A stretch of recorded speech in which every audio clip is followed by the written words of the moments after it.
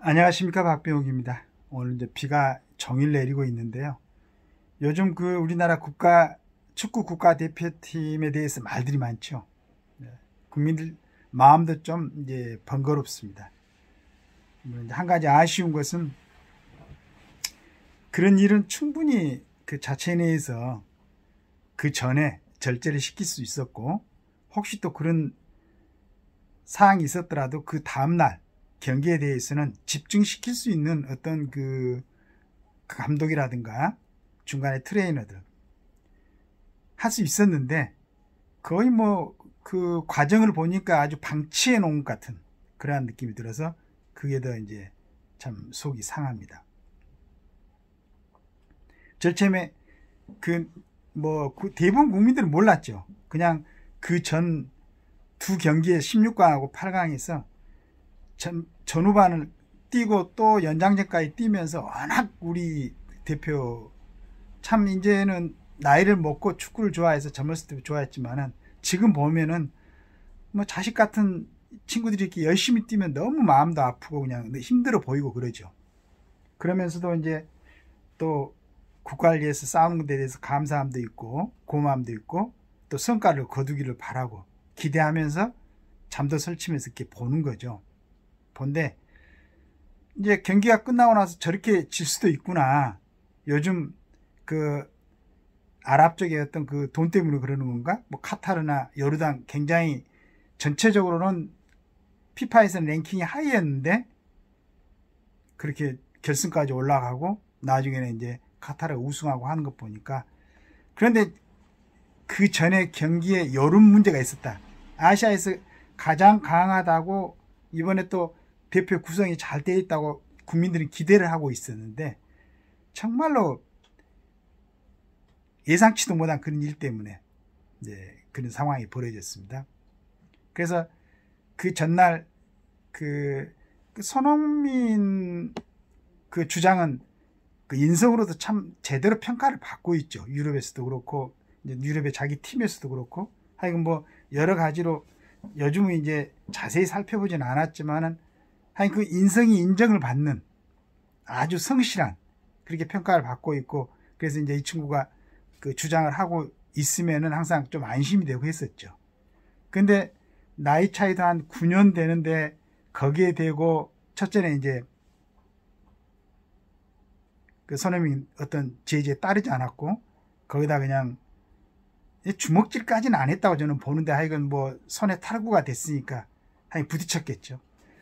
자, 그건 이제 젊은 애들이니까 잠깐 그런 일이 있었으면은 그 다음날 경기에는 이 감독이라는 사람이 잘 살펴보고 어떻게 하면은 물론 좋은 분위기는 아니겠지만은 이 한도 내에서 좀 결과를 낼 것인가 연구를 하고 그 전에 전체 선수들에게 특히나 그 젊은 애들 탁구 치는 애들한테는 주의를 주고 그런 행동을 하지 않도록 해야 되는데, 정말로 제가 화가 났던 것은 그 다음날 경기 전에 이제 보니까 물병 던지기 자꾸 나오니까 그게 뭔가 그랬더니 거기서 그 짓을 하고 있더라고.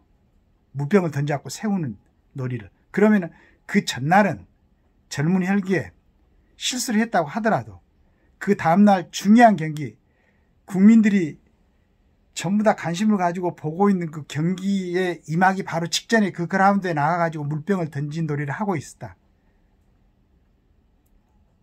이건 정말로 용서가 안 되는 것 같아요. 그렇죠. 정말로 용서가 안 되는 거죠. 그건 그 전에 그 행동이 순간적으로 어떻게 그 젊은 혈기 때문에 일어났던 상황이 아니고 아주 그 어떤 그룹을 만들어 가지고 이 애들이 그냥 위에다 저항했던 거 아닌가.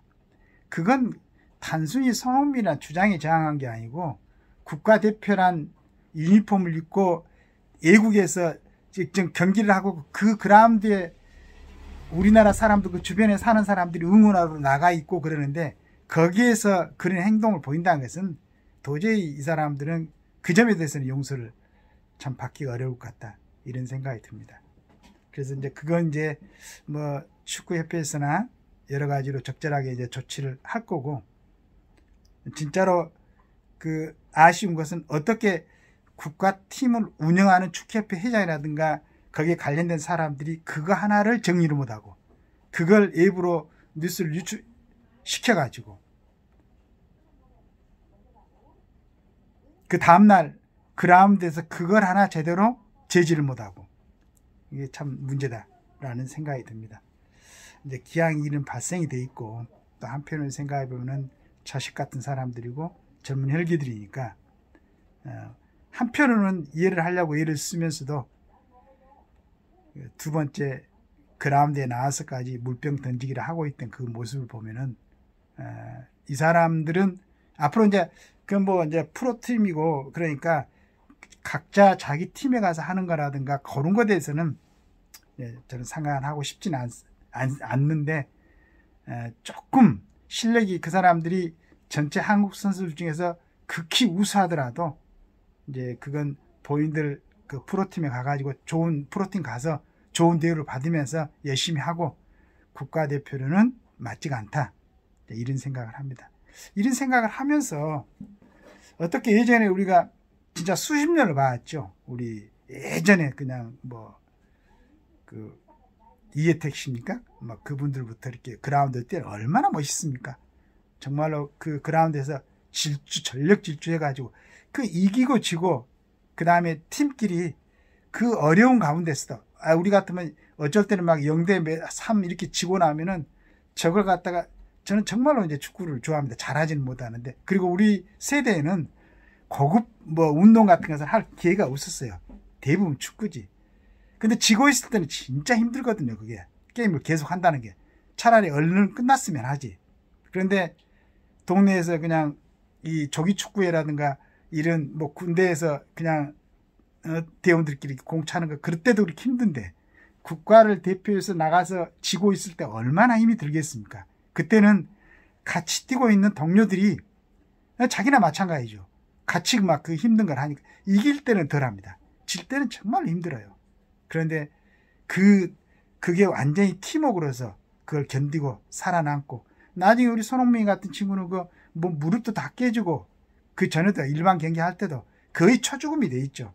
그러면서 내가 감탄했던 게 정말로 그 사우디나 호주를 상대로 했을 때 어렵게 이겼는데 그 상대방 선수들을 갖다가 안아주고 그 참 거기 관중들한테 그 걸어 다니도 힘들어요. 그 정도 뛰면은요 정말로 주저앉고 싶습니다. 그런데도 그렇게 하는 걸 보고 저 친구를 우리나라를 대표해가지고 진짜 저건 완전히 큰 애교 활동, 국제적인 애교 활동을 하고 있는 것이다 라는 생각이 들더라고요. 그리고 제가 저 나이 때 과연 저런 행동을 할 수 있었을까 하는 이제 그런 생각도 들고 그런데 이번에 이 우리 어린 친구들이 그런 모습을 보였다는 것은 너무 아쉽습니다. 근데 이제 참 어떻게 보면은 윗사람들이 그런 모범을 보이지 못했다라는 생각을 합니다. 그 같은 이제 축구 선수는 아니더라도 우리 대한민국을 대표해 나가는 그 운동 선수들이니까 그러면 우리나라의 대한민국을 대표해서 움직이고 있는 국가의 이제 뭐 지도자들이라든가 정치인들이라든가 뭐 군이라든가 경찰의 고위 간부들이라든가 이런 사람들은 과연 우리 자라나는 세대들한테 모범을 보이고 있는가? 이제 어떻게 보면 완벽한 세상은 없죠. 거의 뭐 어느 세대나 그러니까 뭐 그 불교 영역에서도 참 우리 지금도 보면 아수라장이라든가 이런 용어들이 동원되는 게 부처님이 계셨을 때 살아 계셨을 때도 세상은 그랬었고 예수님이 살아 계실 때도 그렇고 노자나 공자가 살아 계실 때도 그렇고 세상은 완벽하지는 않겠죠. 그런데 기왕이 이제 지금 우리 대한민국에서 같이 살고 있는 사람들은 과연 후배들이 지금 자라는 젊은이들이 그 지도자급들이 하는 행위를 보고 뭘 배우고 있는가. 그럼 우리는 과연 얘들한테 그걸 갖다가 정말로 제대로 추궁할 수 있는 그런 모습으로 살고 있는가. 이것도 한번 돌아봐야 됩니다.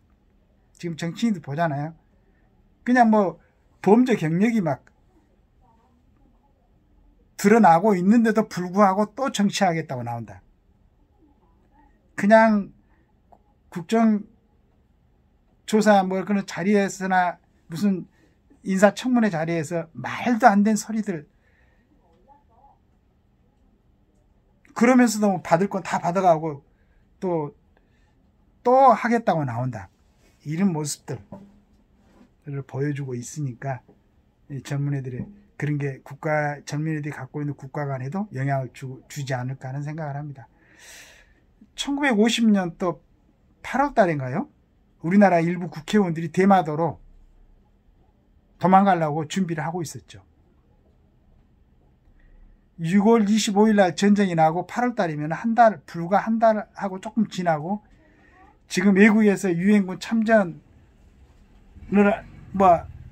왔습니까?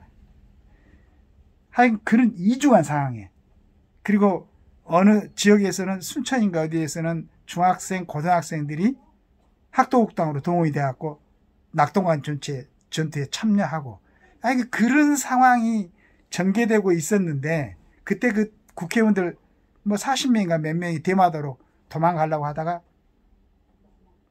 걸렸죠.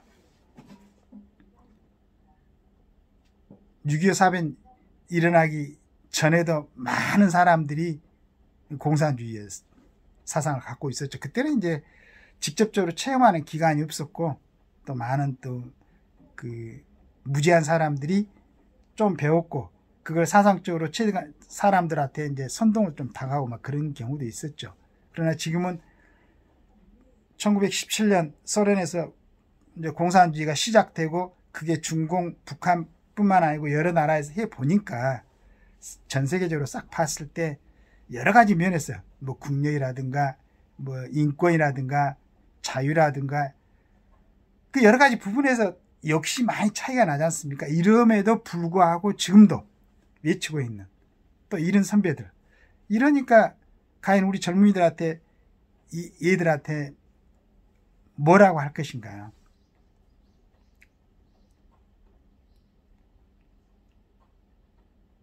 인물이 흐려 있으면 밑에 있는 물이 맑아질 수가 없죠. 상탁하부정이라고 하지 않습니까? 그래서 우리 젊은이들을 보고 그 애들을 추궁하고 그 애들을 다시 군대 보내자, 그 애들을 영구히 제명하자 이런 말을 하기 전에 과연 이 애들이 보는 선배들의 모습은 어떤가를 한번 반성해보는 그런 사건으로, 그런 또 우리를 스스로를 자정시키는 그런 기회로 삼았으면 좋겠습니다. 그러나 저 역시도 우리 이 친구들은 열심히 노력해가지고 좋은 실력을 가지고 외국에 나가서 또는 프로팀에 열심히 뛰되 국가대표팀에는 맞지 않다, 이런 생각을 하고 있습니다. 하여간 좀 더 우리 좀 이제 기성세대라는 사람들이 우리들의 어떤 언행이 우리 후세대들에게 영향을 주고 있다, 이런 점을 자각하고 우리 모두 조금 더 노력하고 조심스러운 생활을 할 수 있도록 그런 마음가짐을 가져봤으면 좋겠습니다.